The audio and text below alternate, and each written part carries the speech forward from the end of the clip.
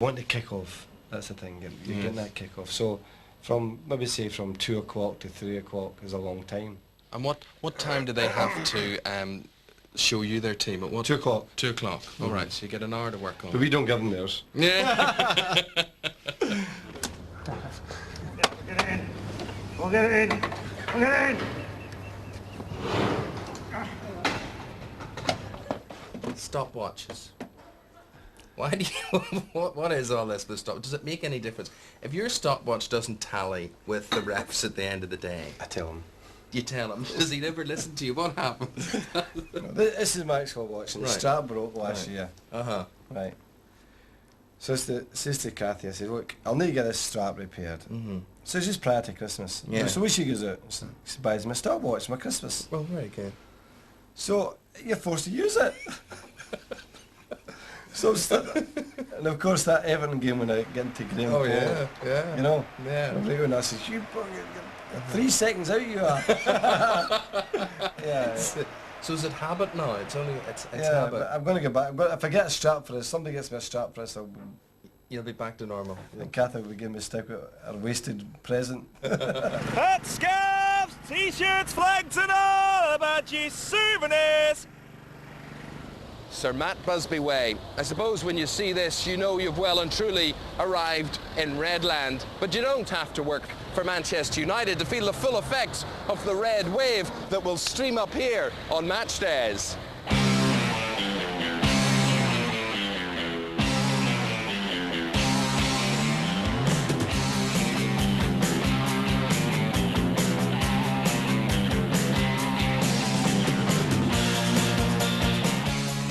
One of the most famous landmarks, or should I say watering holes on the way to the ground, is here. It's the Trafford pub.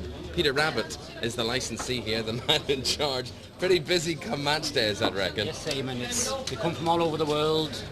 Ireland, Scandinavia, Belgium.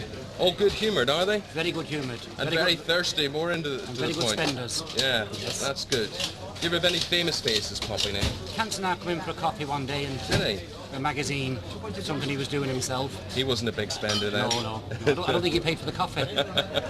So then, come match day, what time do you close at?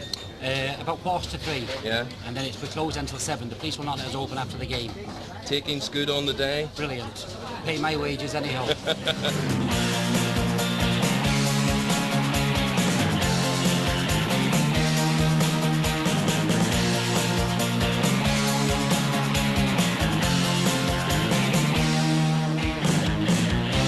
As well as the official souvenir shops, there's also a lot of merchandise on sale at various stalls surrounding the stadium. But if they don't sell exactly what is to the club's liking, then they will fall foul of these two people, Larry and Andrea, and you're the sort of merchandise police, aren't you? Rottweilers are also known as Manchester United Rottweilers. Now we police the area to keep the counterfeit off the marketplace as much as possible. With a fair degree of success over the years. And what sort of things, Andrea, are you on the lookout for? Merchandise bearing anything with Manchester United registered trademark on, or anything that Manchester United own the copyright in, such as the club badge, the stickman, MU, things like that. Hello, Gary. Hi, How's business today? Not too bad, bit early.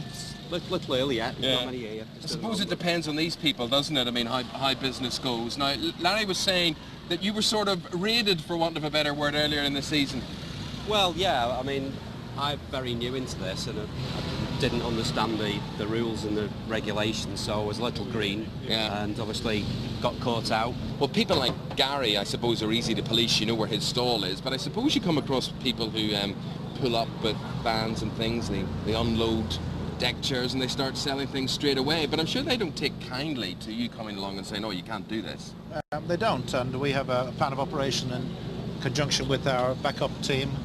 We take the stuff off them straight away with the assistance of the police and or trading standard authorities. The bottom line is that this is where the people are getting ripped off, and that's not fair. Only £1. Cheers. Only £1 each a canter, so stuff. Okay, so you've come along to watch the match, but someone else is here today to watch you and everyone else in the ground. So, while you're watching them, he's watching you, and that's Stadium Safety Officer Arthur Roberts. every seat in the stadium, all the tiers, are covered by closed-circuit television camera, colour and monochrome. So we can zoom in, we can rotate the cameras, and we can also record them. And we can also take static photographs as well. All human life must be there. It must be a bit like a soap opera. Yeah, it is, to be quite honest. It's often been described in many ways. We've been compared with a small town, because it really is. 55,500 people all together with all the problems that you would expect with those sort of people and the pressures. We've got shops here, we've got first aid rooms like hospitals, we've got roads, we've got streets, we have domestic disputes, we have fights, we have crimes committed. So yes, we do, we see everything here, warts and all. There they are, some of the 55,000 people who will be here for today's match. The club can actually double that if there was the capacity, but there isn't. And that then falls to the role of the media, the press, the radio, the television, to spread the word, as it were. Ken Ramsden, you're the press officer here at the club. Who's going to be here? Well, TV, of course. Every game we have Sky, BBC always have a camera. Our own people are here, videoing for others sometimes. National radio, local radio, radio from the opposing club are always here, and then we start on the written press. And of course we had a lot of interest from abroad. We've always been an international club, or we think we have, but since Cantona and then the Norwegian players, that brings its own interest and its own pressure. I mean, is this Manchester United worldwide, literally? Yeah, it is really. But I mean, at one game this season we had the Burton Times and a newspaper from Siam. Now, I mean, that is unbelievable. Alors, il ne s'agirait pas dans le conseil de perdre les pédales, si vous me passez l'expression. Evening news, get your evening news. Final scores, evening news. The Manchester Evening News has only ever had 4 reporters in 100 years covering United. The latest is Stuart Matheson, and he knows his stuff. Well, usually. This book now, it is absolutely amazing to see. Look at all this very precise graphs, charts, dots and dashes here and whatever. What exactly is this book? Well, this is the appearances, the games, so I know exactly when somebody played, when somebody was booked, if he was given my man of the match, when I was suspended, injury, if I can fit an injury in to say, it's everything basically. On a match day, what is the pressure on you to deliver a report? Well, on a Saturday match day, I'm on the phone giving the teams over for the pink at 10 to 3. Then they ring me at 3:30 for the first half hour, so I'm generally on the phone till half time, and then about 10 minutes after half time I'm on the phone till the very end of the game, and it's just giving copy all the time. Is there a sharing or pooling of information which goes on, which of course you can't do on television or radio because it's instant, isn't it? Yeah, certainly, because I mean, if you are a writer, you can just pop your head down for a second to check something, and something's happened on the pitch that you've missed, so you've got to sort of listen. Yeah. We did score that. Yes. I remember when Wimbledon came here in the FA Cup, I said that Robbie Earle had scored their goal, and it wasn't. And I've got a bit of stick about that. Maybe there will be 5 correspondents in 100 years.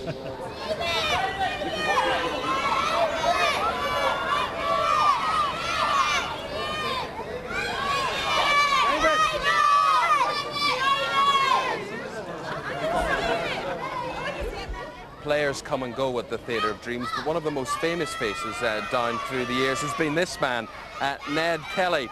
The one in Australia was an outlaw. This one's a law enforcer. And Ned, what exactly is your job here? Well, basically on a match day, I'm the head of security here at Old Trafford. Basically, over the years, as the players been parking their cars in the car park, they've just been overwhelmed by supporters. So we come up with an idea where we put a barricade in there. The players can drive in, get out of their cars, and then quite freely go along and sign autographs for all the fans. Well, one of the crowd favourites here is David Beckham, and he takes a lot of time actually going around and doing as many autographs as he can, as did Eric when he was here. Are things quieter today than they used to be? It's not too bad. I think the big games here are the Liverpool, the Leeds, the West Ham when they come up here, Sheffield Wednesday for some unknown reason. Giggsy, Ryan Giggs, hey. Nice car, Ryan. Now this is pop star status now, isn't it? How many staff do you have under your control now? Well, I started off 8 years ago with eight myself, and we're up at over 300 now on a match day. So, you know, it's increased slightly. Absolutely. In reception, no player, no matter how famous, gets past Kath Phipps, who's worked here for 30 years. Is it for months? Yeah. Around when you've done it. Kath gets the players to autograph as many items as possible in an effort to reduce the 4 sackfuls of requests the postman delivers to her each week. But requests don't only come from the fans. I need some autographs from your girlfriend. Yeah, sure. 5 of them. Yeah. They're away at the moment. Yeah, but it doesn't. On a normal day in training, we get like 50 to 1,000 people there at the training ground, and I mean, you got to stop and sign for them, because that is part of your. They pay your wages at the end of the day. I suppose you got to worry when they don't ask you to sign. That's the day you got to worry about. This is 3 weeks worth of sorry notes for signed footballs for charity requests. We get 80 to 100 letters a day. We just can't cope. These are still yet to be responded to for this week. It's a terrible job because people think we're being awkward. And we have 20 to 30 balls signed a week, which the lads sign along with other things, other gifts. And I can't give everybody, when there's 180 a day coming in, you just can't please everybody. And a lot of people are disappointed and think it's us being mean, but we're not. This is the signed balls we've sent out, just for last month. It's just some cases touch your hand a little bit more than others. Alice, can you arrange 3 tickets for the manager, complimentary tickets in block 226? If you ask Linda to arrange them and to send them across to reception. Thank you. Bye. That's the way to do it, because if you want to get your hands on one of these, you've got to know this man very, very well. This is Arthur Chubb, and I'm going to become very friendly with him because Arthur is in charge of, well, all the tickets here at Old Trafford, aren't you, Arthur? I am indeed, yes. Yeah. Yes. What an operation. You must have so many friends. Yes, and 1 or 2 enemies. We obviously sell to members for all the Premier League games on a postal ballot. And one of the downsides to the job is the number of regret letters that we send back to members. Sure. What's your job involved now at this stage? Well, at this stage, we're now just around 12 o'clock, and the players and the manager will just be arriving, and I have to respond to whatever request that they make. The manager's just with me, and he wants to know, can you possibly fix him up with 2 comps for a lady called Jessie and have them brought over here? Okay, thanks, bye-bye. Between 2 and 3 is where I get called out to the window to answer all the queries. If people's forgotten the books, if they've lost a ticket, you know, the ticket's been stolen. And I'm sure that's not a one-off occurrence. Well, you have to be careful because we do have a policy where we don't duplicate on a match day, and it's quite harsh, but it does, quite simply, it stops people fiddling. The old system that we used to have was abused. So we just quite simply just do not allow any duplications on a match day. So if you've lost your ticket, it's hard luck then? That's hard luck, yeah. Yeah. You're a hard man. Even lunch is work for the players. There'll be a lot of talk about tactics, but the formation they create on their plates is equally important. It could determine if United win or lose. Would you have a hearty lunch, or what do you eat? I think most lads eat quickly, mostly based on carbohydrates, a lot of spuds, potatoes, a lot of pasta, that kind of thing. And they just go up and take what they want. It's all advised, dietitian sets it out. And what's the thinking behind that, Dennis? You can digest it easily, presumably? Yeah, I think that's about it. And it gives you more energy as well for the match. For the match. It's about 3 hours away, and I think most teams have their pre-match meals about 3 hours before the game. Is there a sort of in-food at the moment? Well, dietitian has advised us that rice pudding seems to be the in thing here. Quite a few of the lads eat rice pudding. It seems to do the work anyway, so. And does that leave you free for Saturday night then? I mean, you can go out and go to the Indian or the Chinese, or? Well, everybody does their own thing on a Saturday night. The young lads will go out and have a few beers. Do you not regard yourselves as the young lads anymore, Dennis? No. That's the likes of Giggsy and Butty there. But I think the older lads go for a meal and have a couple of pints, and that'd be about it.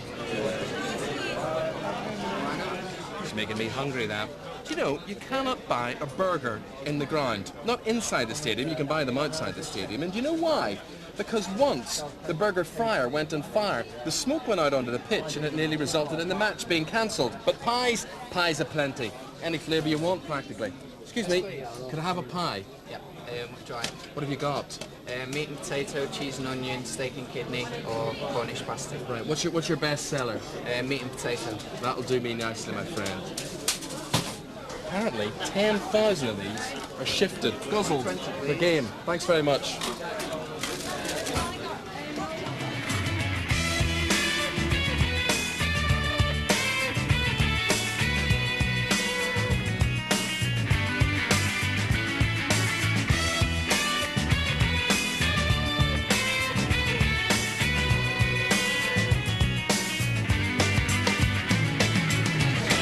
Thank you, ladies and gentlemen. Shh.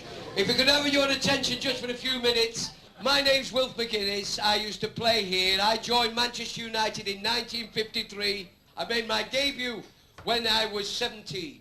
I got a championship medal when I was 19 and a full England cap when I was 20. But my happiest moment came when I was 31 years of age and the great Matt Busby called me into his office. He said, "Will, son, I'm retiring and you're to be the next manager of Manchester United." I was the youngest ever United manager and the only player to have ever managed the club. And even though we played in 7 semi-final games in an 18-month spell, we didn't win one of them.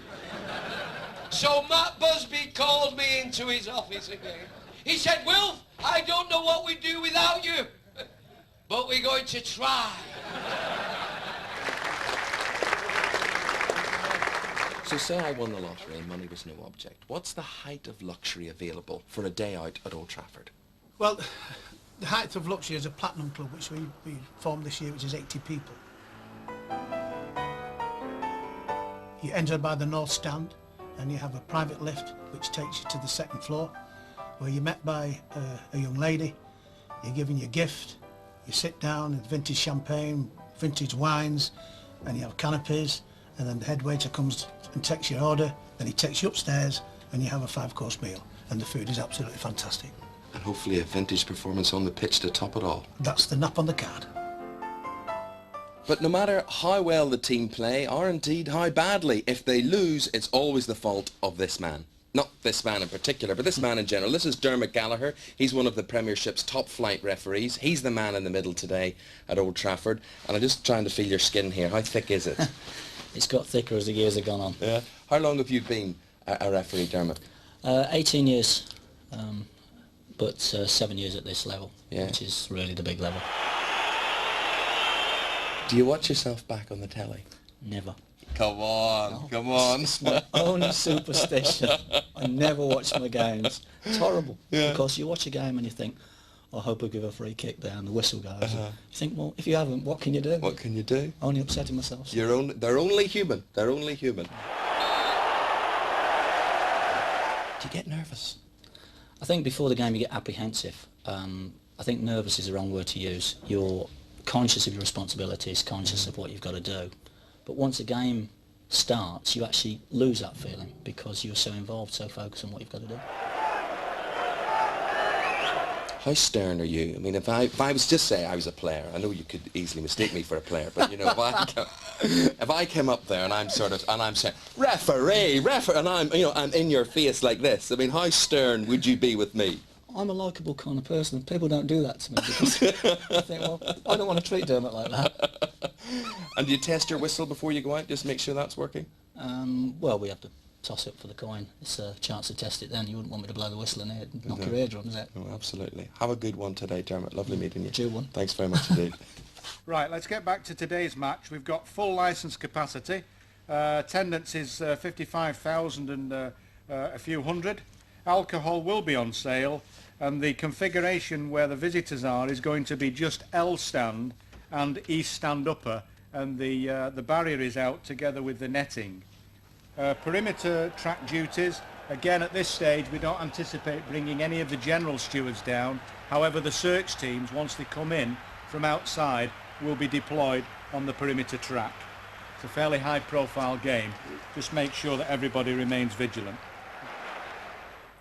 When it comes to match of the day tonight, when you switch on your telly and see the game, the pictures are by the BBC, the words are by John Champion. John, we've a couple of hours to go before kick off yet. Now, what is your routine at this stage? Well, I've been building up to the game for the last couple of days, pouring through the old books and the stats. But today is the sort of business end of my week.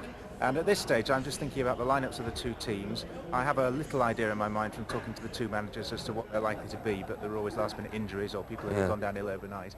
But I find it's a great help to know the shape of the side and the personnel in your mind the night before the game. Most of us know you, of course, from radio. You've made the transition, the transfer, as it were, now to television. Is that a difference with the job as well? Yes, totally different. I don't think there's any reason why a decent radio commentator should necessarily be a good TV commentator. They're two totally different roles.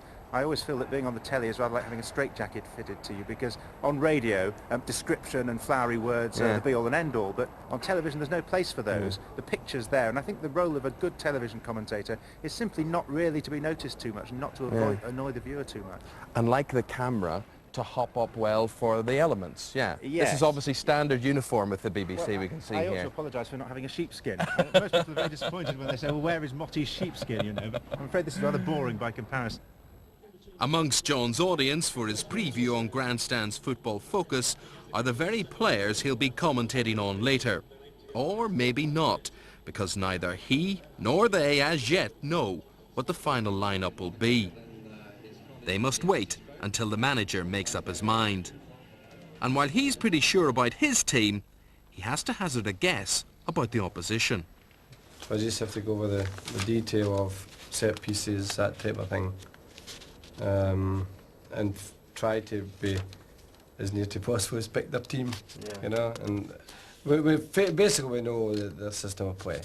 And who tells you that? I mean, do you watch them or do you have scouts? No, we have maybe 8 scouts who'll do team reports. And how long does that team talk take you? 25 minutes. Then when Michael starts to yawn, I know it's time. Peter, don't speak too long.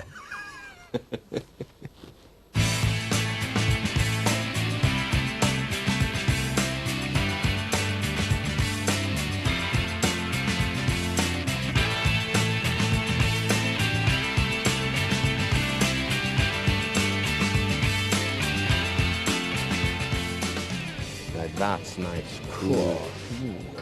Ooh. Yes, very nice. Very yes, like very nice. God. You're wondering what we're gulping at, aren't you? Yeah. Now, before you get the wrong idea, we're only doing what thousands and thousands of people do here at Old Trafford every match day. This is Brian Rose, and he's in charge of the players' car park, and they turn up. They turn up in their droves. Droves, yes. Yeah. Does it ever cease to amaze you just how they pass 15 or 20 minutes? Not really. I mean, they're not used to seeing. A lot of people are not used to seeing these cars, are they? Yeah. I'm used to it all the time, but these people are not, are they? So it's something for them to come and look at the players' cars. It passes the time before the game. New red news, only £1. United we stand, your brand new issue. Still only £1. So you prepare all the kit on a Friday. All the kit's on a Friday. Yeah. And then you finalise it on Saturday. Well, then I get a squad off the bus. Yeah. And then they have a team meeting, which they've just had. Yeah. And I lay the kit out there. You do a marvellous job, you really do. Do you take anything in during the week or whatever? I could give you shirts and whatever. Now what? You'd have to see the girls about that one. I see all this includes, I mean, you've got socks, shorts, towel, underwear, this sort of thing. What about particular habits of players? Are there any superstitions in the dressing room? Oh, there's loads of them. Yeah? Loads of superstitions. Teddy Sheringham always likes a fresh pair of socks every game, new pair of socks every game. Nice and hygienic. You mean like brand new out of the packet? He likes them in the packet. He doesn't believe me if I say they're a new pair. He likes to. He wants to see. He wants to. What's he do? Raffle them or something? I think he's got a bit of a thing gone down in the smoke. Yeah. He has a stall somewhere I that think he's got selling one on off. Petticoat Lane or something. Well, here, you go on ahead. Don't let me get in your way.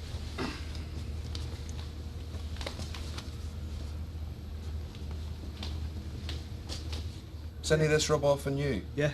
I don't like people coming in on a match day. Oh, well, I'm off then. All right. Thanks for your time, Albert. Okay. Cheers.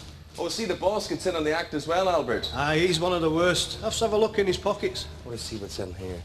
All the equipment, all the extras. Oh, he doesn't get through 2 packets, does he? Sometimes more. Sometimes more per game. Oh, and wouldn't you know, the essential. I think that means it's time for me to go. Sure, that's perfect. Wouldn't know where we're here. Anybody need tickets?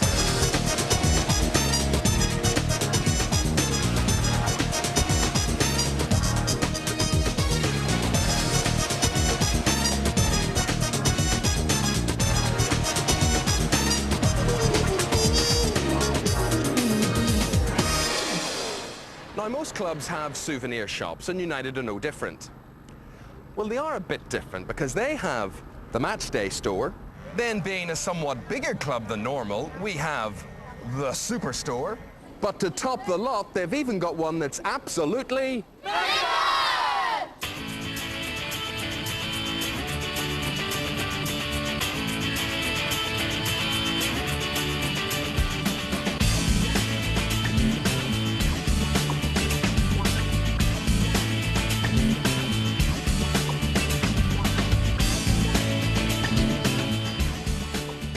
At busy times, it takes up to 3 warehouses this size to stock enough goods to supply each of those stores.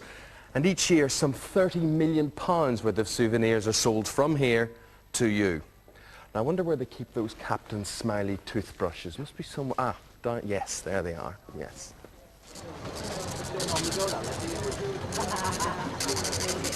Every day is like Christmas in the Manchester United megastore. Just ask Jane Davis, she's in charge in here. Brushed off your feet? Yes, I am, yes. Yeah. Well and truly.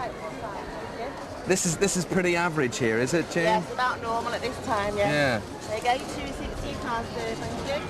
And what's the best seller at the minute? What's everybody after? Well, as you can see, it's everything from hats and scarves this time of year. Doing very well on our own lines, on our sweatshirts, so...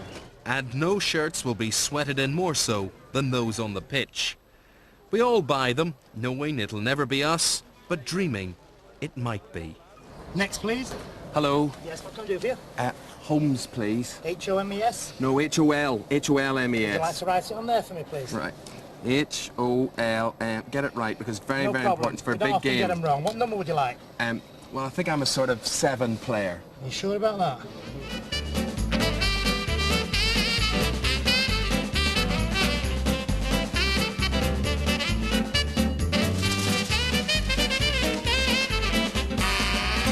An hour and a half before kick-off, we're in the physio's room. Dave Fever here. Maybe it's just me, but I wouldn't feel too confident that the goalie's having his fingers aligned. Raymond, what's wrong with you, or what are you feeling here? It's a little bit sore, that's all. Yeah? What are you doing here, Dave? We're just trying to basically get some movement in it and make sure it's, obviously it's working as it should do in the game. I mean, there's no problem with it. It's just to reassure the player that everything's all right, and he can use it as an only layman. So it's like a battle scene in here, so it is. We've got the doctor, we've got David May having his feet done here. What are you, you're a chiropodist? I am. Yeah. And what, I mean, are you dealing with sort of mundane things like corns and ingrown toenails, or is it more elaborate than that? Today, corns, ingrowing toenails. But, that's it? Yeah, but normally... He's definitely here. I'm on my way to referee a match now as we speak, so... Is that right? I am, so... Yeah. And this is the doc. He's here with the supervising eye, yeah? Absolutely. Just over everything. 10 past. It's all go. Monday and Friday mornings. David, when you run out onto that pitch there, what's in that bag? What's in that bag that you have? Really, there's 2 sides to it. There's a routine side, which is there's tapes and strapping, scissors, Vaseline, and things like that. And then you've got a more serious side, which you hope you're never going to use, but it's basically, well, effectively life-saving equipment to start with, and then you've got immobilisers for fractures, you've got cervical collars for spinal injuries and so on. So that's the side you don't want to use, but it's there if it does happen. I mean, we've had to use it a couple of times in the 4 years I've been here. Is he going to be fit for the kick-off? Is this all going to be okay? He'll be fine. Good. I'll not shake hands in case we damage the other one. All the best. Have a good game. Cheers. Thank you.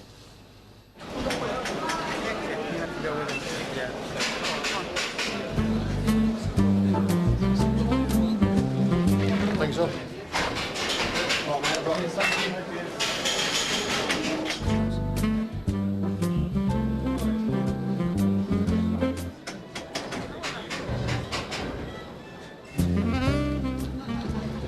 Your ticket, please. Thank you.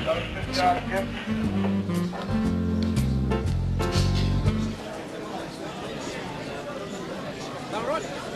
have it back when I want to fetch my wedding ring.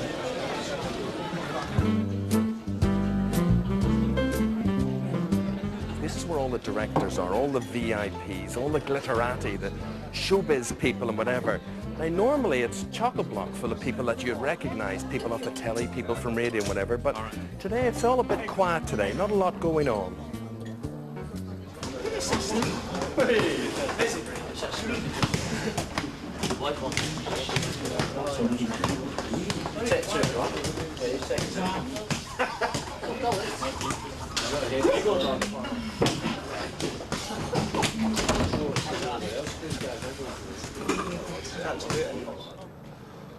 Well, if you're going to be a policeman, what a beat to have. Divisional Commander, Senior Superintendent Alan Hutchins. This is your patch then, isn't it? It is indeed, Eamon, and quite a privilege as well. Can you give me the location of a metal bridge with an anchor near it, over?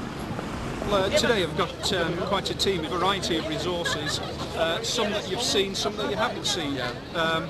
All working together as a team. They've all got specific duties and responsibilities, and the horses do an absolutely fabulous job at football matches. They're great. Well, they are amazing. I mean, look at the size of this beast here, for instance. Hello, yes, likes being on camera. A he or a she? A he. A he. What's his name? Called Barkis. Marcus. Barkis. Barkis. Barking mad, maybe, to be able to be up there. All big, our horses in Greater Manchester are named after Dickens characters. Yeah? One horse is worth 10 officers on foot. They've got a great advantage of being high up. They can see what's happening, and there's no problem with the horses so long as you've got a really good supply of polo mints, because they just adore polo mints. Do they? Yeah. Get your hot dogs now. Cheeseburgers, chicken burgers, get them all the hot now. Face painting, show your colours, support your team in style. Slowly on, United! Slowly on, United!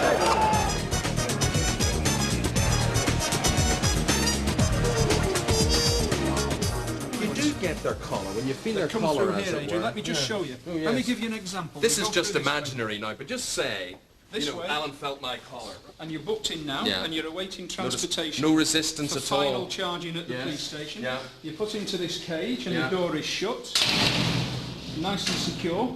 And as you can see, we can put home fans or United fans in this cage, and we can put the visitors in this cage, or vice versa, whichever takes our fancy. And I can assure you this is very secure, and you won't get out in a hurry. Excellent, Alan. If you'll excuse me now, I've got some rounds to do. Good. So Nice I'll meeting you. catch up with you later. Thank you very much indeed. So there you are. If someone does step out of line, there's literally no way out. Alan. Alan. It's nearly Sergeant Toft. Kick-off time. Hello. Superintendent. I'm innocent. Honestly. £2, please. £4.10, 12 minutes now before kick-off. This is Stuart Dalton.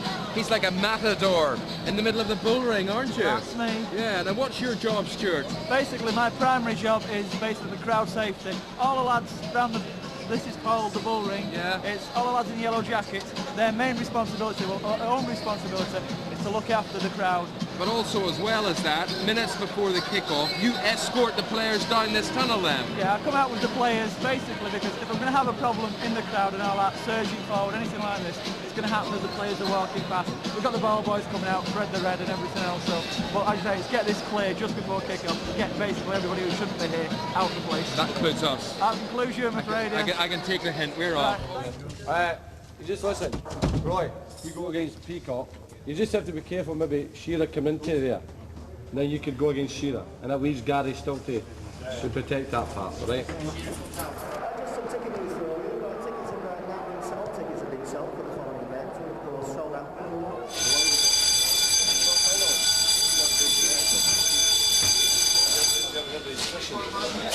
Come on, boy. Come on in. Hey, come on. Come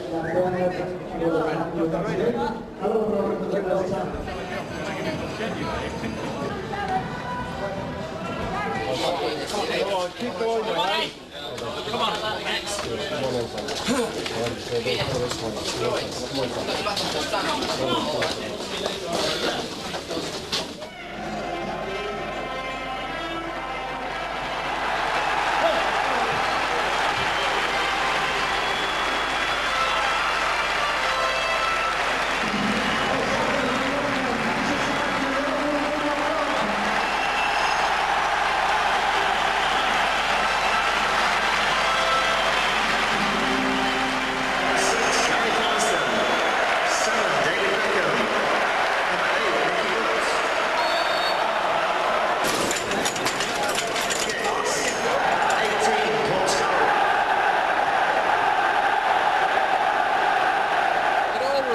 Some 55,000 people under the one roof, and this is what we're here for.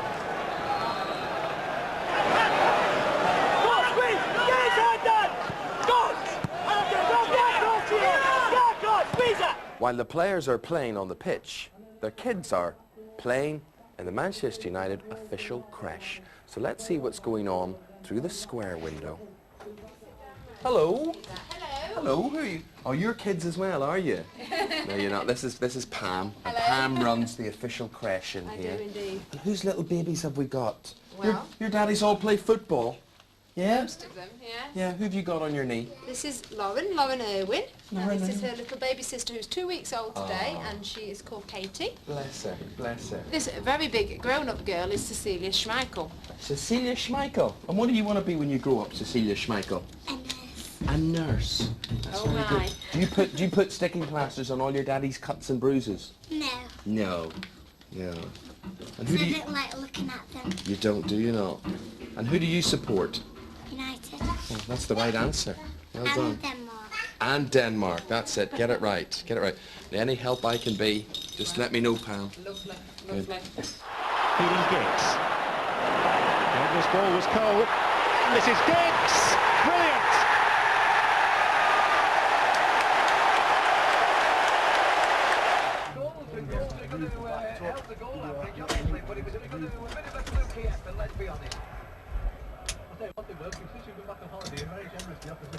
And we just scored a goal, and taking off the commentary tape, off the log tape, the goal as described by our commentator David Houghton, and it's going to be used at half-time in what we call our highlights tape.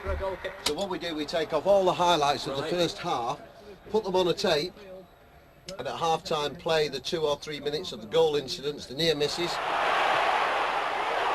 and that sort of thing, and you've got a little segment which sort of illustrates exactly how United have done in the first half. Excellent, Matt. And who will hear this, Matt, on 14:13 a.m? Everybody who wants to switch on in the Greater Manchester area. Nobody inside the ground will hear it, except the people who are partially sighted and are actually sat in the blind stand. But if I have a radio, I come in with my radio, I can tune in to you? Absolutely, yeah. Right, As long as you've got a personal radio with little headsets, you're away. Well, listen, I'll not delay you in case we score again. Half-time's fast approaching. Away you go. Cheers, Eamon. Take care, mate. Thanks, Matt. Away for a goal kick. United coming away again.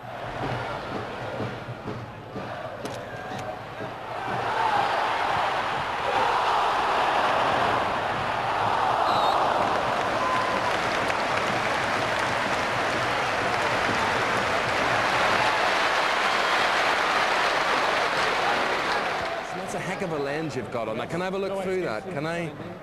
That gets You probably get better pictures than me. warts and all, you see. So if you Oh just- my word. If we just touch on there. It's amazing what you see through the... Oh, it's very frightening, so it does. And what? Where do I press the button? Well, if we just touch on there, look through. That's it. It focuses automatically. Yeah. What, there? There. Right. It'll focus. Oh, I think it went twice there. It's very confusing, this. It's very expensive to develop, I suppose. Here, we'll leave it to you. Leave it in the hands of the pro. All right, smashing. Okay. Best seat in the house, this.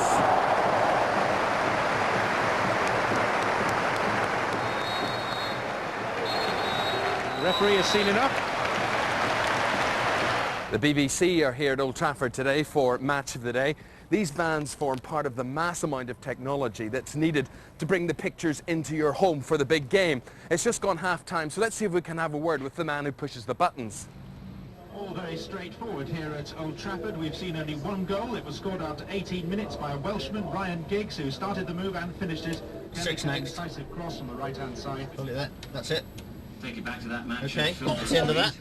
Is that your bit done, Alan? That's my bit for half-time. Then, yeah, obviously we're covering the game. I'm going to send the goal down shortly for match of the day tonight. This is Alan Griffiths. He's the director here. And how many cameras are you responsible Well, for? we should have had 6 plus an analysis camera, but unfortunately the camera at the Stretford end has broken on us about half an hour to spare, so I'm bereft of that today. Nightmare. Well, you've got the goal though. That's oh, the we've got the important goal thing. on about 4 cameras out of our 5 or 6, so we've done okay. It would have been nice to have had that other angle, but these things happen sometimes. Now, people always want to know, how do you get those replays in so quickly? Well, you know where each camera is and what it should be doing, and so it's trying to have a little plan in your mind worked out beforehand. We've got 3 machines working next door for various angles, so it's my job to try and make sure the best angle gets in when it should. See, if people only knew the half of it, what's involved to bring you match of the day? Eh? They'd never believe it. We'll have a good second half. Thanks Thank you very much. indeed. Cheers. Thank you.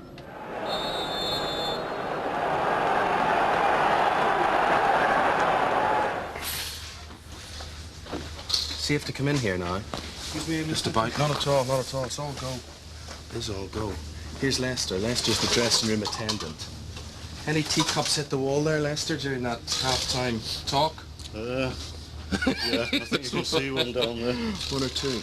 So they're back out on the pitch today. It's a pretty miserable day out there. What do you do now for the second half? I'll just sweep up, top up the drinks and fill up the bath.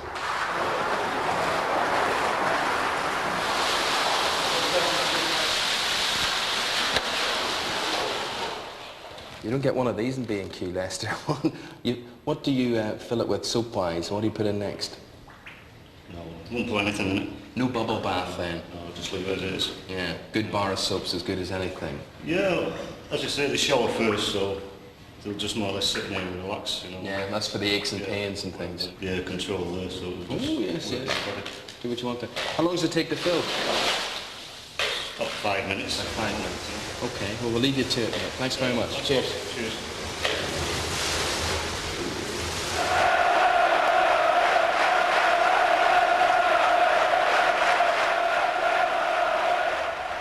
It's only when you get access to an inner sanctum like the dressing room that you find out about the little tricks of the trade, the things that can turn a game. Bananas. No, I'm not talking them. The players eat them. 9 bunches of them per match. Good for energy. And this is the secret weapon, apparently. 100 of these per match. Okay, 101.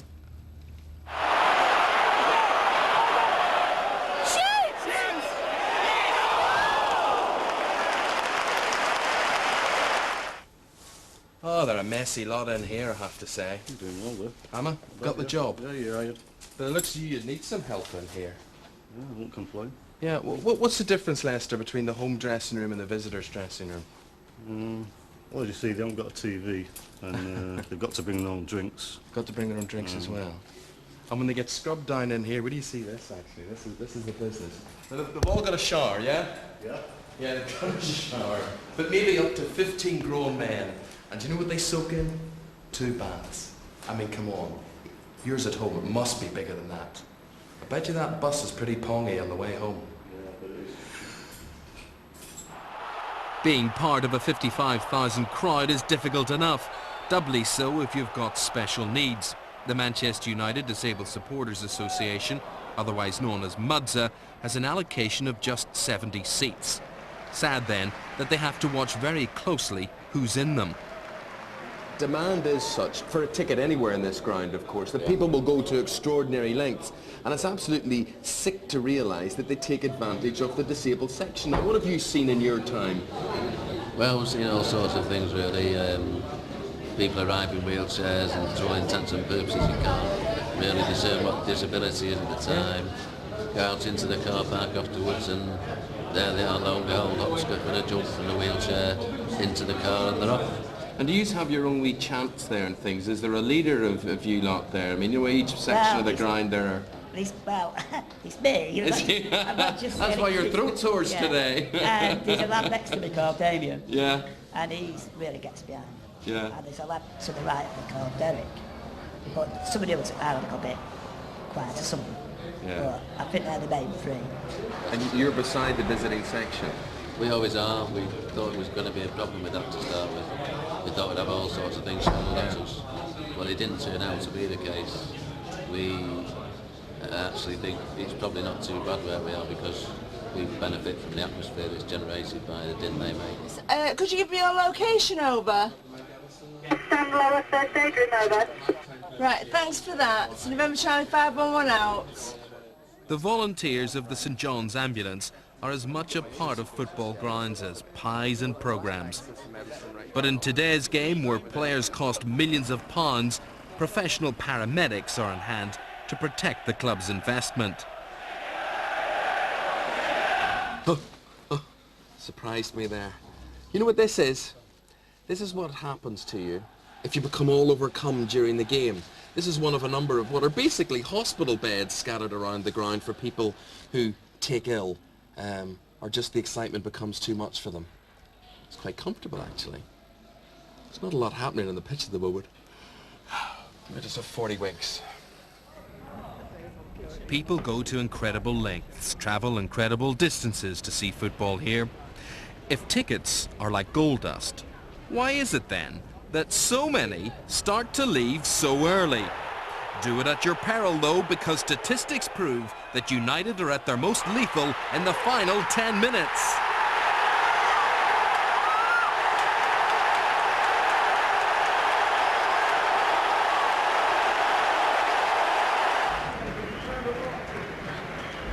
So, another win in the bag. Think what the manager would have looked like if we'd have lost. The action may have finished for some, but for others it's just begun. As the crowd makes its way home, all around the country, and indeed the world, people want to get that result, read about or see what's happened in the previous 90 minutes. People think with photography you need a dark room. Well, all we need is a changing bag which is light tight, and we load all the films and put it in the tank, and then everything's done in the daylight, you know. Like I say, you've just got to be careful who's behind you while you've got your hands in it. Alex Ferguson's with us now. I usually have about 3 television interviews after the game. That's where the agony starts. You've got the Sky television, you've got the BBC, and a lot of Norwegian television now. Got a quick makeover, Raymond, while you're there. Lovely. You'd make a great stylist. There's a long way to go, and we've got to keep the concentration, focus on the club radio. Then I have to do the BBC radio, Piccadilly radio, GMR, Greater Manchester radio. And then I go to the press. What are you deciding on now? Well, I've just looked through my negs, and this seems to be the best one of Sheringham. That's a very good image of him and Beckham. Can you see there? Yeah, I can see that. Excellent. Well, here you are, boss. The end of the game. Face the press now. But you have to very carefully think what you're going to say here in case it's interpreted the wrong way. I just generally respond to the question that's asked, and you generally know the trend of the avenues they're going down, because they do get together and prepare what they're going to be asking. And will they know if you don't like the questions? Will you get back to Oh, soon let them know. Alex wants honesty. That's all he asks for. But Alex can be abrasive. He's very intolerant. And if ever you get a journalist who writes something which is palpably untrue, then he can be really cutting. I mean, he can be. I mean, Alex in the temper is somebody to be avoided, and I'm sure the players will tell you that. Apart from us lot, our industry. Hey, nice picture, Albert. Nice picture. I mean, that's what it's about, isn't it? You know, that's fine, doesn't it? That looks good to me. That's out in London now. So day's work done. Hopefully, Monday morning's paper. Well, great. It's been a real insight. Lovely meeting you. Thank you very much indeed. My pleasure. Took a couple of pictures myself today, you know. Really? Haven't seen how they turned out, but took some anyway. After a job well done, the players can relax in their special lounge with families, wives and girlfriends, although the demand for autographs never seems to stop. If they haven't yet turned their thoughts to the next match, others have. I honestly think we should have been in for Ronaldo, but I don't make the selection. It's not me. It's Alex Ferguson and his staff that makes the selection. Okay, Mike and Hume, controversial comments. If you want to comment, 0161 288 11.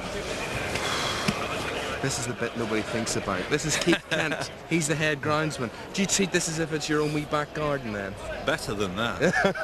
You want to see my back garden? What have you to do straight after a match? What we like to do is get all the divots put back, what the players have kicked out during the last 90 minutes. And this gives us a chance to assess it on a Sunday morning. We get a better view of it then.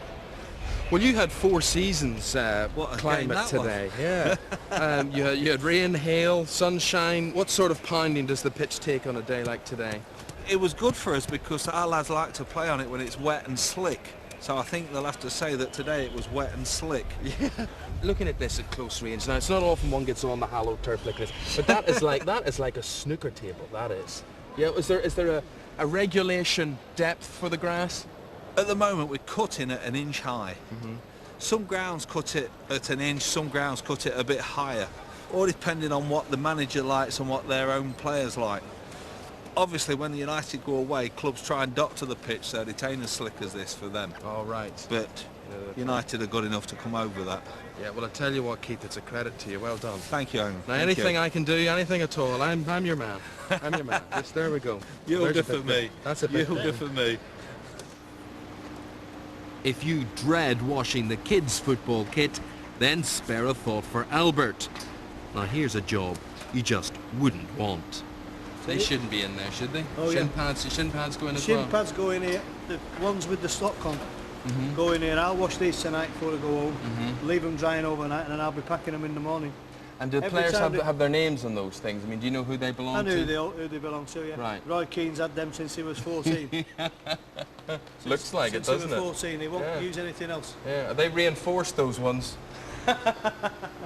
Sometimes I think so. My mother wants to know, is there any particular washing powder you recommend? That's a club secret between the girls, not me. We wash these on about 20 degrees. That low, 20 degrees? That low, yeah. Yeah.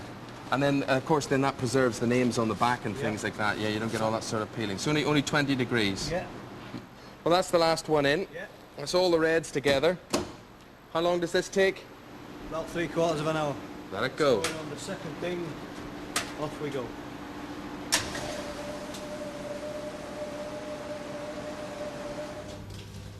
How often have you heard people saying, it was electric at Old Trafford today?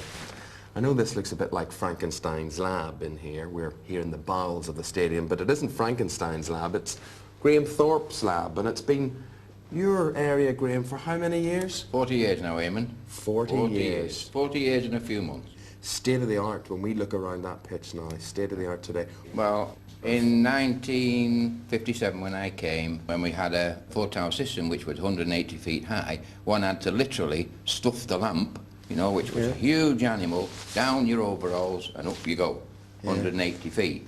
And you could see the tower, you know, moving like that. And certainly in bad weather, it got a little bit hairy.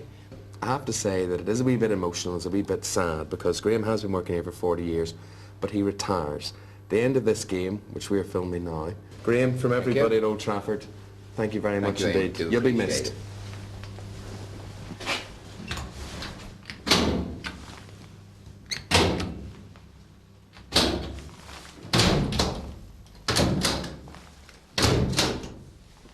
There we are, last time.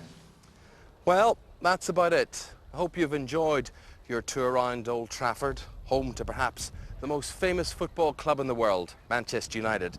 And maybe you'll appreciate just a bit more what's involved in bringing you a game of football. We'll bring the curtain down there on the Theatre of Dreams.